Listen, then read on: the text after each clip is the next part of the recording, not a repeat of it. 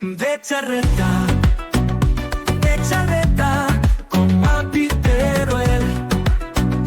De charreta, una charla sin igual. En el capítulo de hoy tenemos a Serafín Aldecoa, historiador. Muchas gracias por querer acudir a este espacio y compartir tu trayectoria. Es un placer tenerte aquí. Muchas gracias. Muchas gracias a ti, Mapi. Bueno, pues si quieres empezamos hablando un poco de tus inicios, ¿verdad? Estudiaste Historia Contemporánea y te especializaste en temas laborales y sindicales de la provincia de Teruel.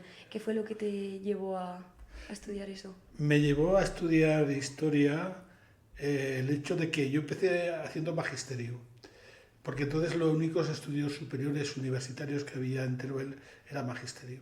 Pero luego salió el colegio universitario y entonces hice 3 cursos, que eran los comunes en aquella época, de filosofía y letras. Y los 2 años siguientes, para la titulación de licenciado, se podía hacer una especialización. Y empecé con arte, historia del arte, que me gusta muchísimo el arte. De hecho, hice hasta 4º de arte y no conseguí acabar porque resulta que mi contacto en Zaragoza lo perdí. Y entonces tuve que cambiarme de especialidad. Y al cambiarme de especialidad me apunté a Historia Contemporánea, que también me atraía y me gustaba, y concluí los estudios. Luego hice el DEA, en aquella época se llamaba el DEA, el Diploma de Estudios Avanzados, que era una especie de tesina, había que hacer una especie de tesina al final de carrera, y actualmente, además el DEA era paso previo para hacer la tesis doctoral, que es en la que estoy metido ahora y que la tengo ahí cogida con pinzas todavía. Cuando estudiaste eso, eran unos años de auge del movimiento político, ¿verdad? Sí, todo eso en los años 70 es la época de transición, la época que había una movilización política y que veías que en esos momentos la gente estaba muy expectativa de lo que iba a pasar, ¿no? La verdad que era un momento un poco confuso, pero a la vez muy esperanzador, cosa que a lo mejor ahora, por contraste, parece que la desesperanza, la desazón reina entre la gente, ¿no? Pero bueno, aquello fue unos momentos muy interesantes.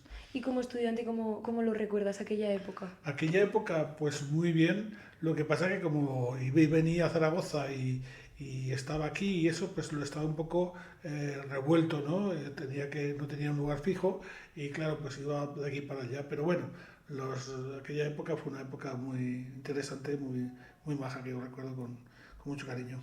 La tesis doctoral también la centraste en los sindicatos, si no me equivoco. Movimiento obrero y sindicatos. Y con esto ya, los grandes olvidados de la historia son los trabajadores, los obreros. Hemos gastado toneladas de litros de tinta, de páginas para estudiar a Mussolini, para estudiar a Franco, a Hitler, a Luis XIV, a los grandes de la historia, y la gente baja, la gente de la calle, los que no cuentan en los libros, esos son los grandes olvidados, ¿no? Por eso a mí me ha gustado esta gente sacarlos a la luz pública con sus movimientos obreros, sus sindicatos, sus reivindicaciones. Es un poco la historia social lo que se plantea aquí. Es una historia que existe, es una corriente dentro de la historia y por tanto mi tesis va en torno a estas personas, sus trabajos, etcétera, etcétera. ¿En España o en Aragón centrado más? Centrado en Teruel primero, porque claro, hay que acotar el territorio, primero en Teruel, pero vamos, también es verdad que me preocupo por otros movimientos obreros en otras zonas de España, en otros sitios. También habla sobre la conflictividad social en la Segunda República aquí en Teruel. Sí, porque hay más libertad. Es decir, la república significa libertad. La dictadura de Primo de Rivera había sido un desastre. Primo de Rivera había muerto en el 1930 y la república es un soplo de libertad. La gente sale a la calle y claro, se produce una gran movilización, demandas laborales, demandas sociales, los trabajadores reivindican sus derechos. Aquí, por ejemplo, en la zona de la minería, la zona de las cuencas mineras, de aquí de Utrillas, Montalbán, de Ojos Negros, de Libros, se produce una movilización de los trabajadores, crean sus sindicatos y luchan ya contra, simplemente a lo mejor por tener un contrato de trabajo, porque las relaciones laborales, las condiciones se pactaban verbalmente, ¿no? Pero luego el empresario hacía lo que le daba la gana. Entonces, lo que ellos querían básicamente, fíjate, era un contrato de trabajo escrito, donde el empresario se comprometiera a cumplir unas condiciones laborales que entonces no aceptaban, ¿no? Y claro, muchas huelgas, muchos conflictos, muchos problemas se proyectan durante la Segunda República. Y que esa conflictividad que se da de la Segunda República tiene su razón de ser, ¿no? Porque durante la dictadura de Primo de Rivera el movimiento obrero está atado y muy atado, ¿no? Primo de Rivera está con la espada, ¿no? Es el espadón, y está ahí todo el mundo controlado, pero cuando llega la República todo esto sale, ¿no? Y entonces tenía su explicación el que durante la República hubiera esa movilización de ese movimiento de obrero. ¿Cómo fue la Segunda República aquí en Teruel? Pues yo me he sorprendido porque, fíjate, que creí que no había habido gran movilización y luego te das cuenta que se crean una cantidad de centros republicanos. Por ejemplo, en el libro que publiqué de la comarca de Giroca, por ejemplo, me salen veintitantos centros republicanos, una comarca, te hablo solamente, veintitantos centros republicanos del Partido Radical Socialista y otros veintitantos del Partido Republicano Radical, es decir, el radical y el radical socialista, es decir, las derechas y las izquierdas, para entendernos, ¿no?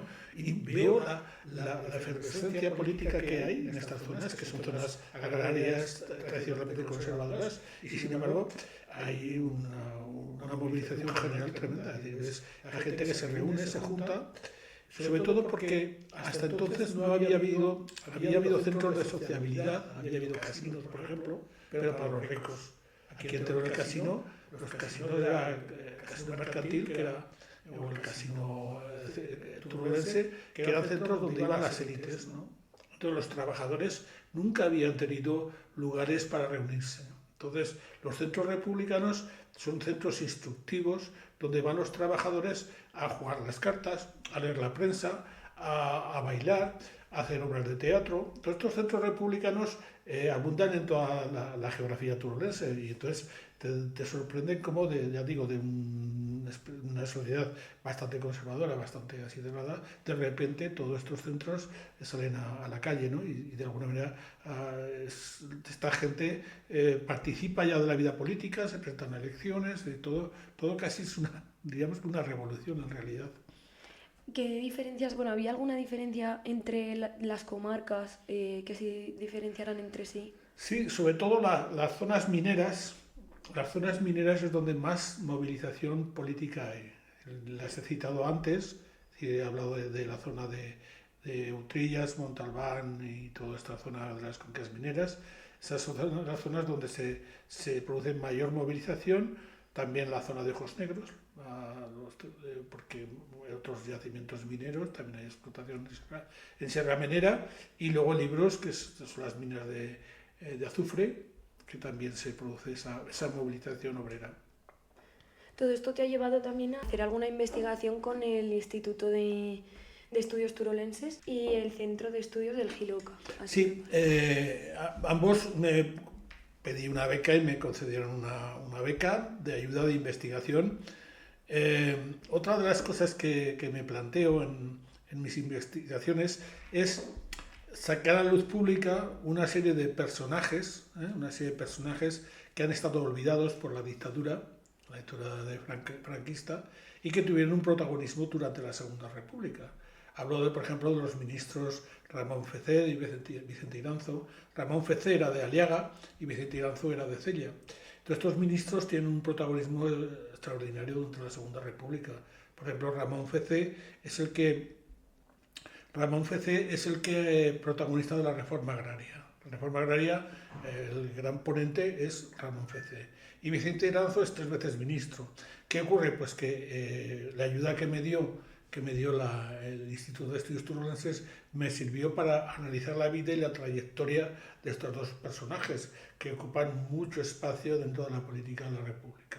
¿En qué consistió la reforma agraria? La reforma agraria consistía en que el Estado expropiaba a los grandes de España, los grandes que tenían muchas tierras, tenían latifundios, y les concedía a las cooperativas de trabajadores de izquierdas, socialistas, de UGT, sobre todo porque la CNT no lo veía tan claro, pero la UGT sí que lo tenía claro, a UGT o a otro tipo de organizaciones de campesinos, les concedía las tierras para que las cultivara y las explotara. Esta reforma agraria en el 33 está en marcha, pero cuando se producen elecciones generales, en noviembre gana la derecha y se suspende la reforma agraria. Entonces no se lleva a cabo la reforma agraria que parece ser que todo el mundo deseaba, ¿no? Bueno, has hecho ya unas cuantas publicaciones, unos cuantos libros, ¿verdad? Todos sobre investigaciones históricas. Sí.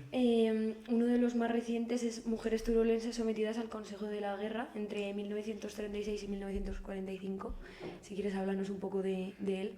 Ese libro es que vi otro libro de Antonio Peiró que hablaba de mujeres fusiladas por el franquismo en Aragón. E incluso traía un listado y cada una con ciertos datos personales de estas mujeres en Aragón.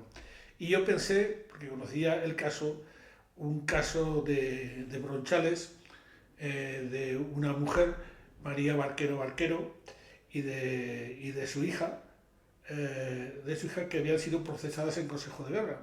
Y una de ellas ha sido condenada a pena de muerte, había sido condenada. Entonces, claro, me lo planteé y pensé que en hacer un estudio de las mujeres que habían pasado por consejos de guerra, aunque luego podrían haber sido condenadas o haber sido absueltas. Y entonces, claro, con el archivo histórico de aquí de Teruel, donde hay mucha información sobre este tema, me encargué de empezar la investigación. Y claro, al final todo eso me ha dejado un resabio tremendo, porque las mujeres pasaron muchísimo tiempo en las cárceles, pese a que algunas de ellas salieron absueltas. En torno a un 25% de la provincia de Teruel, mujeres salieron absueltas de los consejos de guerra, y sin embargo se pegaron días y días en cárceles y cárceles y cárceles. ¿Y por qué a tantas mujeres? ¿Qué era lo que...? Yo he calculado cerca de 1000 mujeres, en torno a 1000 mujeres por lo menos pasadas por consejos de guerra. Es decir, pasadas por un consejo de guerra que son militares los tribunales, son 3 militares, más luego el abogado, que es otro militar, luego el otro, que es el fiscal, que es otro militar. Entonces, estas mujeres se mostraban indefensas ante estos tribunales e incluso a veces veo que hay mujeres hasta de 60 años ahí delante de un tribunal, que en aquella época eran muy ancianas, claro, en aquella época, claro, en los 30 eran ya muy ancianas. Y estos tribunales, primero pasaban por la cárcel del pueblo. Conozco casos de mujeres de Sarrión que primero pasaban por la cárcel del pueblo, después pasaban a la cárcel de partido, que por ejemplo podría ser el Castillo de Mora de Rubielos, y luego la llevaban a Zaragoza a juzgarlas, porque la cárcel de Teruel se destruyó durante la guerra, la cárcel se destruyó y estaban, no digo malas condiciones, que no había cárcel. En realidad, entonces las llevaban a Zaragoza a someterlas a juicio. Y luego ya eran absueltas o eran condenadas. Entonces, ¿qué ocurre? Pues que estas mujeres pasaban en ese trayecto de cárceles, pasaban muchísimo tiempo en unos lugares llenos de mujeres apelotonadas, de malas condiciones higiénicas, sanitarias, etcétera, etcétera.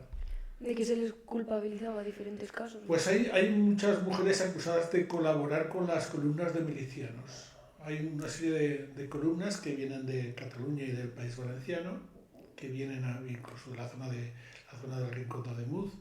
Y estas columnas están mucho tiempo en estos sitios, y estas mujeres, pues como todo el mundo, convivió con ellos, con los milicianos, participó con ellos en actividades, estuvo relacionadas, y a raíz de eso son acusadas de colaborar con estas columnas que venían de allá. Y luego hay otras mujeres a las que se les acusa. Es que hay que pensar que también en las movilizaciones la mujer se moviliza, la mujer empieza a participar en manifestaciones, puede vestir de miliciano. Hay muchas fotografías que quizás hayas visto que aparece la mujer de miliciano, vestida de miliciano, con su gorro y tal.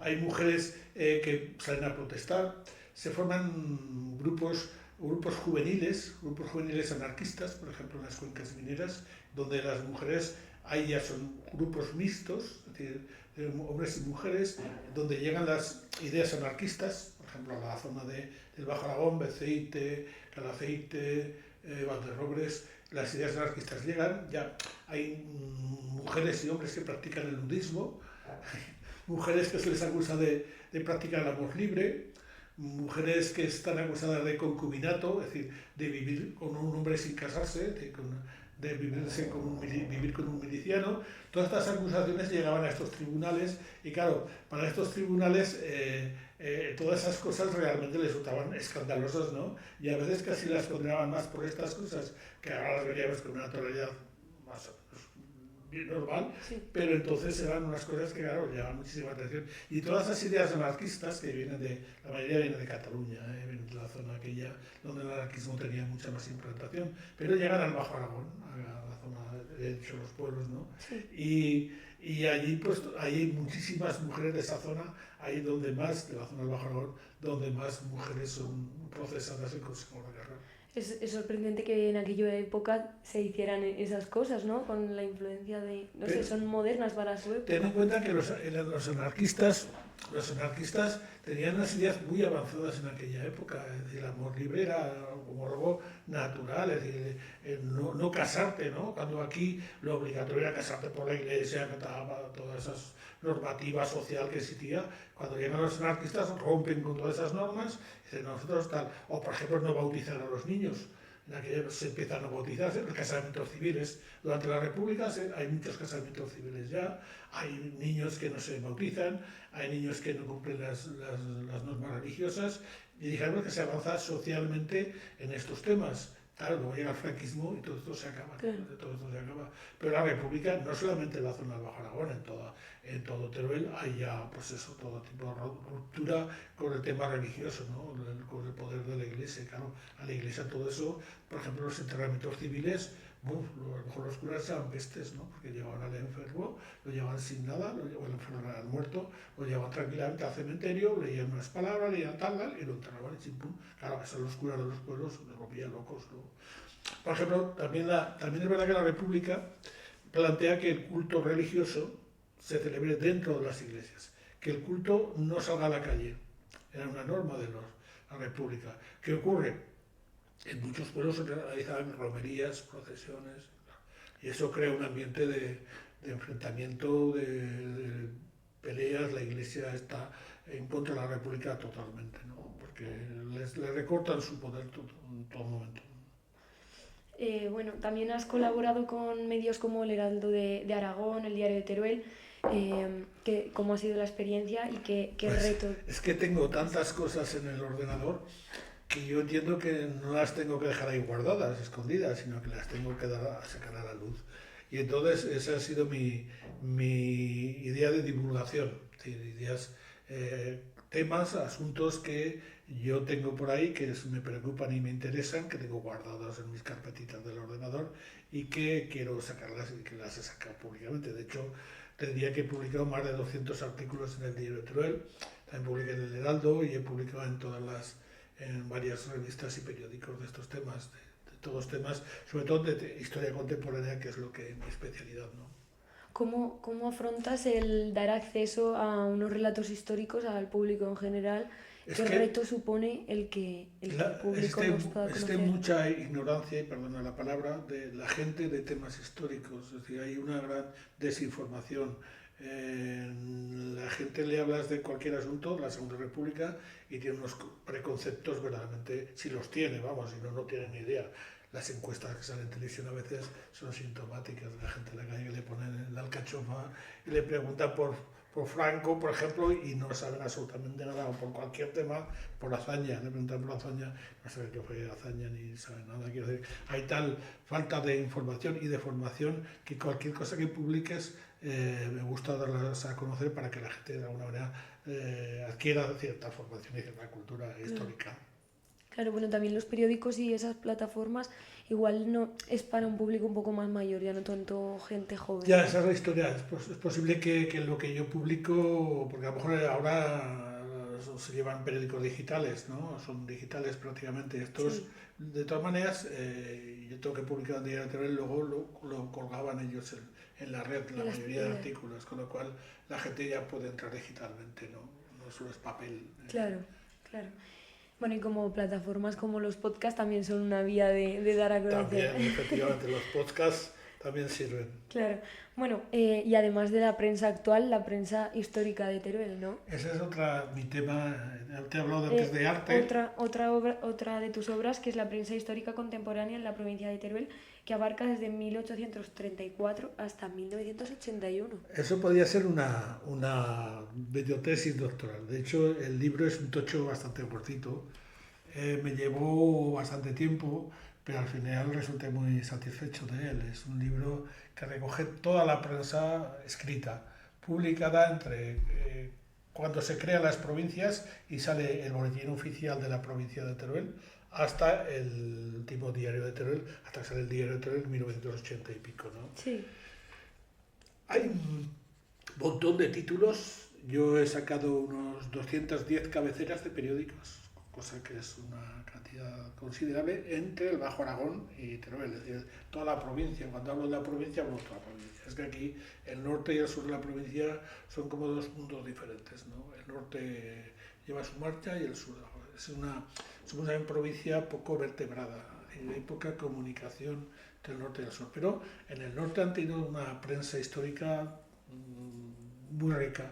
Se han publicado un montón de periódicos en Alcañiz, sobre todo Alcañiz, pero también en Calaceite o Castellseras se publicaron periódicos, en Valderrobres se publicaron periódicos. Y luego la capital Teruel y todos los alrededores que también publican. Entonces, estos 210 cabeceras son la suma de las dos partes, quiero decir que no solo es Teruel capital, ojo.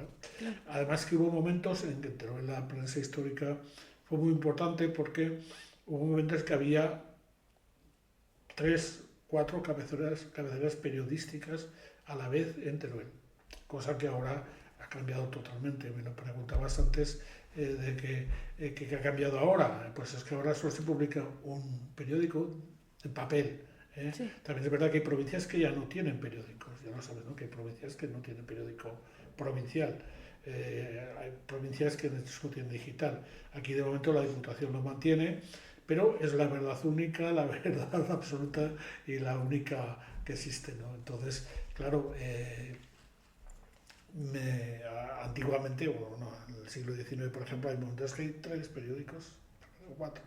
Uno republicano, otro conservador, otro liberal. Claro. Bueno, un poco como en el panorama nacional, ¿no? Sí, claro, sí. No, pero claro, en cuanto a nivel provincia ya es algo que ya va desapareciendo. Vale, bueno, mencionas que abarca desde la creación de las provincias en 1834. ¿Cómo fue la creación de las provincias? ¿Cómo se produce? Pues en realidad Javier de Burgos, que es fue el ministro de Isabel II que hizo la división, tiró de regla y bolígrafo, intentó ver las comarcas, los corregimientos, que antes que las provincias había corregimientos. Los corregimientos son del siglo XVIII, XVII, y los corregimientos ya eran divisiones territoriales que existían. Entonces, con estos corregimientos fueron organizándolos y se crearon las provincias. Se crearon las provincias en esta fecha y cogen zonas. Ha perdurado en el tiempo, pese a que, por ejemplo, Alcañiz ha habido varios momentos en la historia, cuando la República, cuando la dictadura de Primo de Rivera y en otros momentos, donde Alcañiz ha querido ser provincia. De hecho, ha habido varios movimientos independentistas dentro de la provincia, porque Alcañiz quería juntarse con Caspe y los pueblos alrededor de Caspe y formar la 4ª provincia de Aragón. De hecho, ha habido alguna proclama en algún momento histórico de la 4ª provincia de Aragón. Porque claro, de aquí a Alcañiz hay no sé cuántos kilómetros y como te decía antes, la relación entre las dos zonas casi ni existen. Claro. Bueno, un poco también se conserva en la actualidad que hablaba sobre esa comunicación con el norte y el sur de la provincia. ¿Sigue siendo un poco distante o crees que ha mejorado? No, yo creo que sigue distante porque no. Es decir, muchos turolenses no han viajado nunca a Alcañiz, pero muchos alcañizanos no han viajado nunca a Teruel. Quiero decir que no conocen. Ya no te hablo de Teruel, te hablo también la zona del Matarraña, la zona que es preciosa, Valderrobres, Beceite, Calaceite, esos pueblos no son joyas. O sea que te quiero decir que no existe esa vinculación. Luego las comunicaciones han sido tan malas, porque hay unos puertos ahí. Si vas hacia Alcañiz te juntas con puertos de 1.300 y pico metros, y luego las bajadas de las cuencas mineras hacia abajo. La distancia es, el otro día estaba haciendo un trabajo sobre Valderrobres y miro, salía 180 kilómetros hacia allá, ¿no? Y ahora aún hay una carretera aceptable, pero antes no había unas carreteras que eran como caminos, era horrible ir a ver un viaje de estos. Las diligencias hacían noche en Montalbán con los equipajes y la gente que eso, y al día siguiente llegaban hasta el Cañiz, y que tenían que parar en Montalbán en mitad de camino. O sea que... Bueno, de hecho se sigue conservando, creo, la carretera antigua, ¿no? La nacional. Sí, la nacional se mantiene. Es por donde se va al Cañiz, ¿no? Sí, por donde se va el Cañiz. Pasa que ahora está el firme, está mucho mejor, Sí. y eso, pero sigue existiendo esa distancia entre los Claro, trenes. claro, la comunicación ha sido algo clave, ¿no? En nuestra Sí. provincia. Todo esto lleva a que tengas una relación con la memoria histórica muy importante, ¿no? También has colaborado con muchas asociaciones relacionadas con la memoria histórica, como la Asociación Pozos de Caudé. ¿Cómo crees que ha sido esa colaboración con la Asociación Pozos de Caudé? Yo siempre me he dispuesto con ellos porque siempre me han buscado, normalmente siempre he colaborado con ellos. Al final me hice socio, al principio no era socio, luego al final me hice socio de la asociación, pero siempre que me buscaban para dar alguna charla, para dar alguna conferencia en algún lugar, eso siempre me prestaba a ello y me apetecía y me gustaba, porque he trabajado también mucho el tema de la memoria histórica, el tema de los represaliados del franquismo, el tema de las fosas y todas esas cosas, han sido temas que me han marcado mucho. Y entonces siempre colaboraba y siempre he querido participar en esta sociedad, ¿no? Esta asociación. La Asociación Pozos de Caudé, que se encuentra aquí a la salida de Teruel, ¿verdad? Uh-huh. Que, bueno, tiene una fosa, no sé cuántas personas se calculan que pueda haber. Bien, ese es uno de los puntos unos puntos negros, dijéramos, de la memoria, porque hay, según la teoría, según parece ser que era el lugar donde se fusilaba a la gente de Teruel. Antes la gente se le fusilaba fuera de la ciudad o fuera del pueblo para que no lo viera la gente. Los que se sublevan contra la República lo que hacían era hacerlo todo fuera de la localidad, pero la gente se enteraba, lógicamente. Y ese es un lugar de fusilamiento, es un lugar triste, es un lugar de memoria. De hecho, el gobierno de Aragón quería declarar lugar de memoria porque ahí aparecen mil y pico fusilados, hombres y mujeres, todo, ¿eh?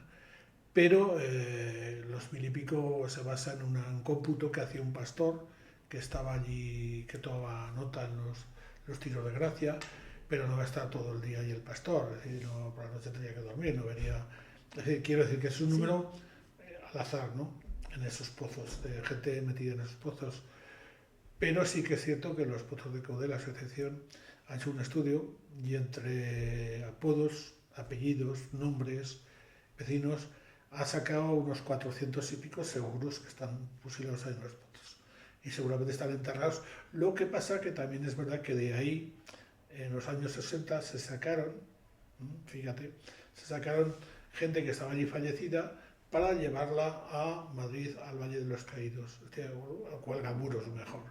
Es decir, que hay gente de ahí que la sacaron y la llevaron a Madrid y tal. Entonces, no sé cuánta gente puede haber, mucha gente puede haber, no sé, es posible calcular, claro. ¿Qué papel juega la memoria democrática, la memoria histórica en...? La memoria histórica quiere recuperar primero esos cadáveres que están por ahí enterrados de mala manera, están en cunetas, están en sitios que no son enterramientos normales y naturales. Las familias quieren recuperar a sus familiares que están por ahí perdidos. Esa tiene una versión. Pero luego el franquismo, que es la dictadura franquista, como olvidemos, la dictadura franquista de tantos años, que implantó una memoria única, una visión de la vida única, un único partido, aquello que tanto luchamos y que tanta presión hizo sobre la sociedad. Todavía quedan muchísimos restos. Cuando tú vas por las ciudades te das cuenta que todavía quedan placas en las iglesias de los caídos de uno de los bandos, todavía quedan elementos que existen ahí. Entonces, lo que quiere la memoria histórica es revisar todos esos restos franquistas e intentar quitarlos por ser obra del franquismo. Para contrastar todo el rato estos acontecimientos históricos ¿cómo ha cambiado el enfoque de la memoria histórica a lo largo de los años? ¿Cómo ha sido ese cambio? Bueno, pues primero, cuando salió la ley de memoria histórica, pensábamos que las administraciones se iban a implicar totalmente en aplicarla. Pero ahora nos hemos dado cuenta que los de izquierdas y los de derechas no ha sido esa fuerza con la que empezaron. Yo creo que han rebajado muchísimo sus deseos y sus ganas de acabar con todo lo que fuera el franquismo. Es difícil acabar con todo, es complicado todo. Todas las administraciones, al final, por ejemplo, las administraciones han permitido o han decidido que, pues ahora por ejemplo en Aragón, que la derecha y la extrema derecha querían quitar la ley de memoria histórica, pues resulta que admitían, por ejemplo, los desentierros de la gente que estaba en las cunetas. Eso sí que lo admitían, pero lo otro no. Lo de la publicación de libros sobre el franquismo o yo que sé, otras conferencias o charlas, tal, eso no lo admitían solamente eso. Entonces, eso sí que se mantiene, pero lo otro, el volver a nombrar los lugares, etcétera, lo demás que corresponde a la memoria histórica, eso último no lo aceptaban. Entonces, quiero decir que ha habido un enfriamiento general desde que salieron las primeras leyes de memoria histórica a ahora actualmente, que la cosa pasa muchas veces por la resignificación. La resignificación consiste en que ante un monumento franquista, allí aparece un nombre y debajo se pone otro nombre explicativo, contrario o diferente del anterior, con lo cual tienes el nombre franquista y el nombre posterior que se le ha puesto ahora. Eso se llama resignificación, con lo cual no quitas el monumento del medio, no lo guardas en un museo, pero de alguna manera ya otra lectura de ese monumento, de esa cruz, por ejemplo. Pensemos en la cruz. De hecho, en Villalba Baja se hizo con una cruz. Se les pidió que la resignificaran. No tirar la cruz, sino resignificarla, poner otro significado. Sin embargo, la tiraron. La tiraron el gobierno de Aragón, pero con razón. Quiero decir que no se les avisó al ayuntamiento, pero el ayuntamiento no hizo nada. Vamos.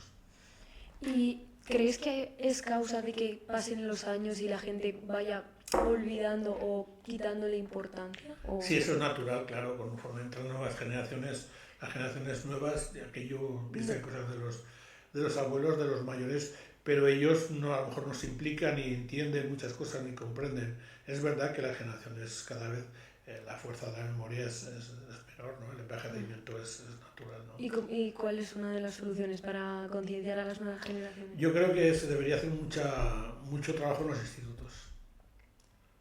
En los institutos y en los libros de texto, y cosas de estas. Ten en cuenta que nosotros, cuando estudiamos la historia en el instituto, llegábamos hasta la Revolución Francesa, 1789 o poco más. Ya no llegábamos. La época de la Edad Contemporánea del franquismo nunca llegábamos, nunca. No llegábamos ni a la República prácticamente. Llegamos a Primo de Rivera y hasta entonces, claro, mucha gente ha estudiado luego historia contemporánea posteriormente, ¿no? Pero en el instituto no se estudiaba casi historia contemporánea, pues se empezaba por la prehistoria, la Edad Media, todas las cosas. Entonces, el introducir en los institutos estas asignaturas, el tema de memoria histórica, este periodo contemporáneo de la historia, haría que la gente joven por lo menos se informase y se enterase un poco más, y de alguna manera que el tema de la memoria histórica no desapareciera con la desaparición de la gente mayor. Claro. En otro de tus libros hablas sobre los conflictos olvidados, como la sublevación de la batalla de Teruel, que bueno, aquí tiene mucha importancia. Es que la historia de la guerra civil y sobre todo de la batalla de Teruel, es que aquí en Teruel hay mucha gente experta, conocida, que sabe mucho de lo que fue la batalla de Teruel. Sabe de los aviones que participaron, saben las compañías, saben los batallones, tienen una formación tremenda. Esa gente tiene del desarrollo de la batalla, ¿no? Pues la compañía está entró por ahí o allá. Luego hay otro grupo, el mismo grupo también, de gente que sabe mucho de los que llamo yo la ferralla bélica. La ferralla bélica es aquellos que tenían un 4x4 y se fueron por ahí por los alrededores de Teruel y recopilaron bombas, granadas, pistolas, latas también, ¿no? Recopilado. Eso le llaman la ferralla bélica, le llaman ferralla. Incluso hay gente que es muy experto en todo lo que son trincheras, arquitectura militar, ¿no?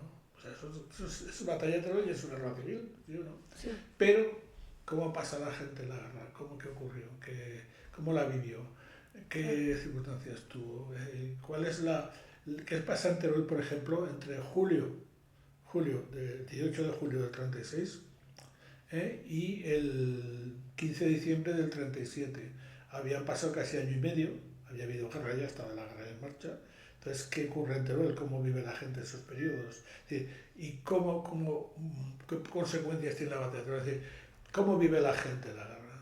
Lo mío es más la vida de las personas en el conflicto bélico, es decir, cómo entre ellos, cómo los precios suben, cómo se crea una escalada de los precios tremenda, porque hay escasez de alimentos, cómo muere la gente por los derrumbes del seminario, el derrumbe del casino turolense o del Banco de España, es decir, cómo lo vive todo eso la gente, cómo los falangistas desfilan por aquí, saludando, montando, en fin, todos estos temas que no se estudian por esta otra gente que te he contado.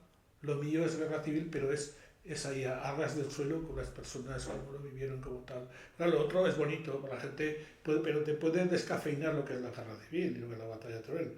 De hecho, hay ahora unos encuentros recreacionistas de la guerra civil, que son allí tíos vestidos con el traje de alemán o no sé cuánto, todos vestidos del traje, pípila, como que se tenía que disparar. A mí me parece una frivolización de la guerra civil y de la batalla de Teruel, cuando fue una tragedia tan grande, una tragedia tan tremenda, de cientos, miles de muertos, que me parece eso frivolizar lo que fue la guerra civil. Y ya te digo que hay mucho de eso, ¿eh? Ahora hay un turismo de trincheras.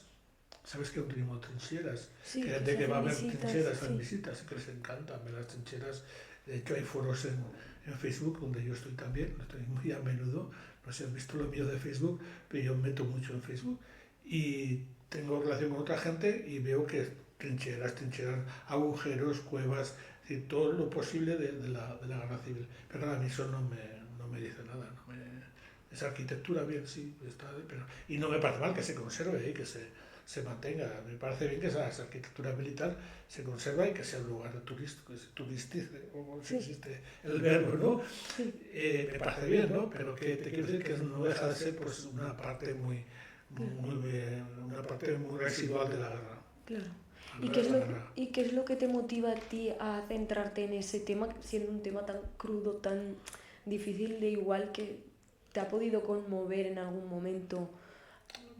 Informarte de algunos relatos. Me conmueve mucho porque cuando lees relatos por ahí, el que te contaba antes de la mujer esta de Bronchales, del Consejo de Guerra, todos estos relatos me conmueven, que dices tú, y me llegan al alma y lo siento de verdad. A veces, tal es así que a veces veo películas de estas de la guerra civil en la televisión y casi me pongo a llorar de las situaciones tan violentas, tan tristes, tan dolorosas. Pero claro, hay que conocer eso también de la guerra. No es solo los trajes y los aviones y las cosas. Eso me conmueve y lo vivo con intensidad. Y por eso me gusta el investigarlo, el conocerlo, pero las condiciones personales de cada uno. Claro. Bueno, también la distribución en la historia local. ¿Cuál es tu opinión respecto a, por ejemplo, aspectos históricos de la provincia que siguen siendo poco conocidos? Hay muchísimo. Ten en cuenta que aquí conocemos muchísimo de la Edad Media, sí. de narices, sí. Tenemos unas fiestas ahí espectaculares, todo el mundo sabe quién eran los templarios, quién eran los hospitalarios, quién eran los tal, quién eran los cual. Aquí la Edad Media, como está tan lejana, pues la gente habla de ella y muchas veces sin cosas, pero bueno, la Edad Media, además hemos tenido buenos medievalistas, por ejemplo Vidal Muñoz, que acaba de morir hace poco, o Antonio Gargallo, que era muy bueno también, que hace unos años que falleció. Y esta gente han hecho muchísimo por la Edad Media, y aquí la Edad Media lo tenemos en la calle a todas horas, está Mudéjar cada 2x3, un congreso de Mudéjar, pero lo que es la historia moderna, por ejemplo, historia moderna, la guerra de la independencia no se sabe nada, se ha publicado apenas nada. La República casi lo único que estoy sacando yo es lo que hay de la República. Bueno, no, hace poco Ana V y Fernando Murillo han sacado un libro sobre la República y la dictadura de Primo de Rivera en Teruel capital. Pero falta la provincia, falta toda la provincia, por eso. La República, por ejemplo, o las epidemias coléricas del siglo XIX, también son desconocidas, los partidos políticos del siglo XIX y del siglo XX. Hay tantos y tantos temas que se podría investigar en ellos que la verdad es que faltaría mucha gente dedicada a la investigación para conocer la mayor parte de la historia de Teruel. Claro. En otro de tus libros, Cuestiones turolenses candentes, mencionas que faltan estudios acerca de sobre varios temas históricos. Sí, es lo que te comentaba. Como sí. lo que comentas. Te comento, pero tengo comentado 3 o 4, pero por ejemplo la represión franquista tampoco hay un estudio global. Yo también he publicado algunos artículos, pero un estudio global de todo lo que fue la represión en Teruel no es tampoco la represión que hubo en todas las zonas del franquismo, ¿no? Claro. Y bueno, también mencionábamos antes el ferrocarril y las infraestructuras. Sí, el ferrocarril es otro de mis temas. De hecho, acabo de mandar un artículo a Alcoriza para el CECAL, Centro de Estudios de Alcoriza, el CECAL, un estudio sobre el Teruel-Alcañiz, el ferrocarril que no el nato, ¿sabes cuál es, no? Si vas hacia Alcañiz, a la izquierda, hay una serie de construcciones, hay una serie de estaciones. Sí. Que ese es el ferrocarril que se ven a lo lejos cuando sales. Pues bueno, pues si algún día te animas andándose, puedes seguir todo el ferrocarril hasta allá. Se paró en el 35, se paró porque hubo unos problemas económicos y unos desfalcos de la empresa, Luego vino la guerra y ya no se reanudaron las obras. Pero bueno, el ferrocarril ha sido la gran esperanza de los turolenses para salir, o fue en su día, para salir del atraso económico. Se pensaba que era la gran panacea, la gran solución. Se depositaron muchas expectativas en el ferrocarril que luego no se cumplieron. Creo que fue un gran problema porque llegó en 1901, llega el ferrocarril, la última capital de provincia que tuvo ferrocarril, que llegó el ferrocarril, la última capital de todas las provincias, que llega al ferrocarril, y ya digo que se levantaron muchas expectativas, se pensó que iba a ser la solución a todas las cuestiones, y no fue así, ha sido una gran frustración el ferrocarril. Y al colmo fue el Teruel-Alcañiz, que se empezó a construir en el 27 y en el 35 se paró, que hubiera vertebrado un poco más la provincia, porque hubiera habido una comunicación ya más directa, pero como no se paró, pues luego ya el franquismo ya no retomó el ferrocarril. Y si se hubiera continuado, no sé yo, pero a lo mejor más comunicación y más relaciones tendríamos con los del norte. Y va a ser un paso hacia el desarrollo de la provincia. También, por supuesto, por ahí se pensaba que se iba a sacar todos los minerales, toda la producción de frutas y cereales del Bajo Aragón, entonces va a ser... si es un poco el cuento de la lechera. Bueno, si viene el ferrocarril, haremos esto, haremos lo otro, haremos tal, y al final se quedó en nada. Claro. Bueno, un poco como pasa actualmente, ¿no? Seguimos teniendo los mismos problemas con el ferrocarril. No creas que es que... Si nos estamos dando cuenta tú miras el final del 98, es decir, la gran crisis del regeneracionismo, la crisis del 98, de 1898, y miras la crisis de finales del siglo XX, de 1998, es decir, 1808 y tú te acuerdas que hubo un movimiento en Teruel, bueno, y todavía el Teruel existe, ¿no? Sí. Entonces el Teruel surge a finales del siglo XX. Sí. Surge a finales del siglo XX.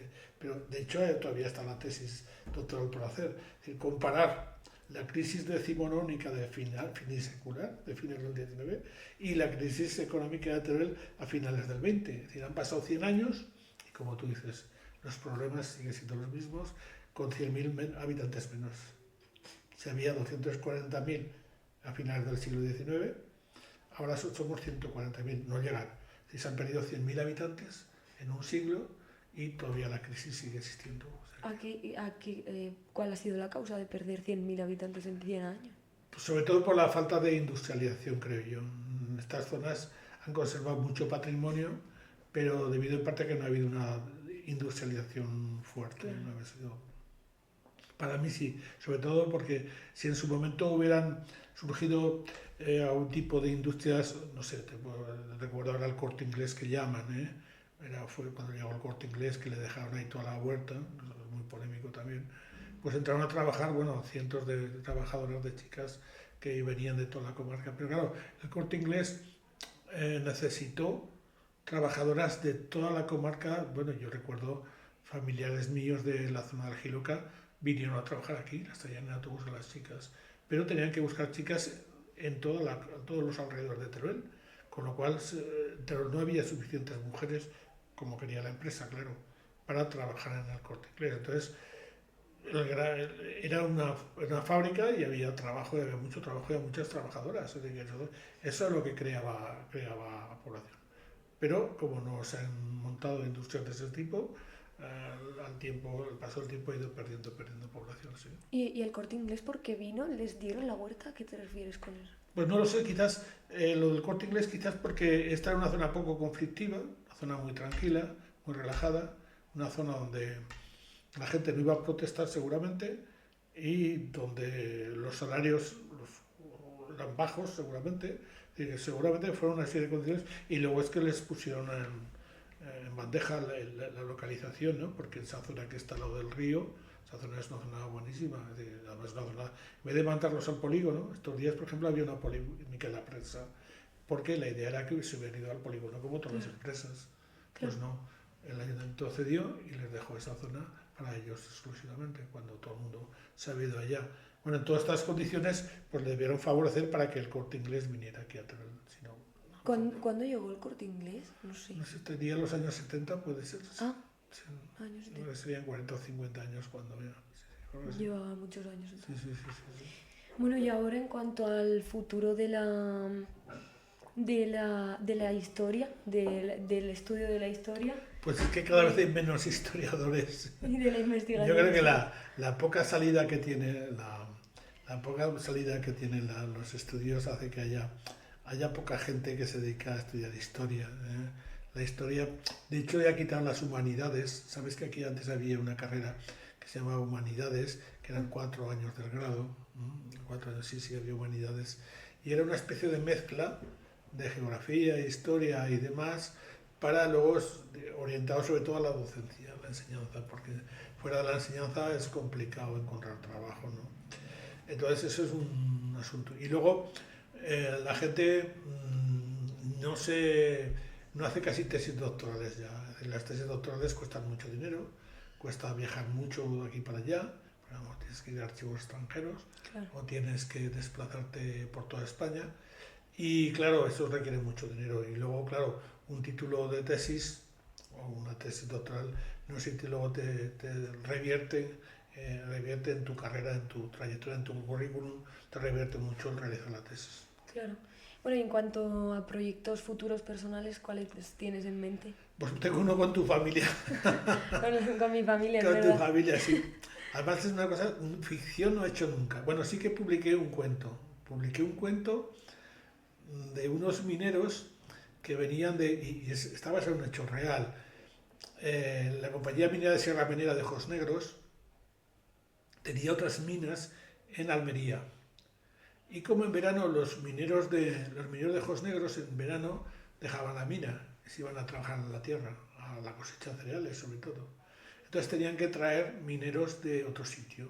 Entonces buscan mineros en sus propias empresas en Almería. Y entonces, ¿qué hacen? Pues echan voces en Almería, la prensa, en los medios, para que vengan gente a trabajar a Sierra Minera. Y entonces, ¿qué hacen? Los bajan en un tren que bajaba hasta la costa, hasta Aguamarga, en Almería, con la flota pesquera que tenían los de la compañía minera Sierra Minera, los traen hasta Sagunto, en Sagunto los montan en el tren y los traen a Sierra Minera. Entonces, aquello lo ambientaba todo en una pareja que se vienen de allá acá. Eso era la ficción. Pero ahora con lo de tu familia voy a hacer una parte ficción, pero sobre todo la parte histórica y ficción. Voy a mezclar, y sobre todo también la gran tragedia que se vivió para muchas familias en esos años posteriores, porque a tu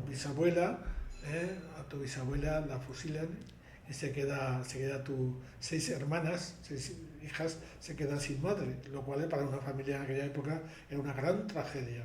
Las llevan a la beneficencia, 3 de ellas, etcétera, etcétera. Entonces, ese es un tema que estoy metido en él y que eso.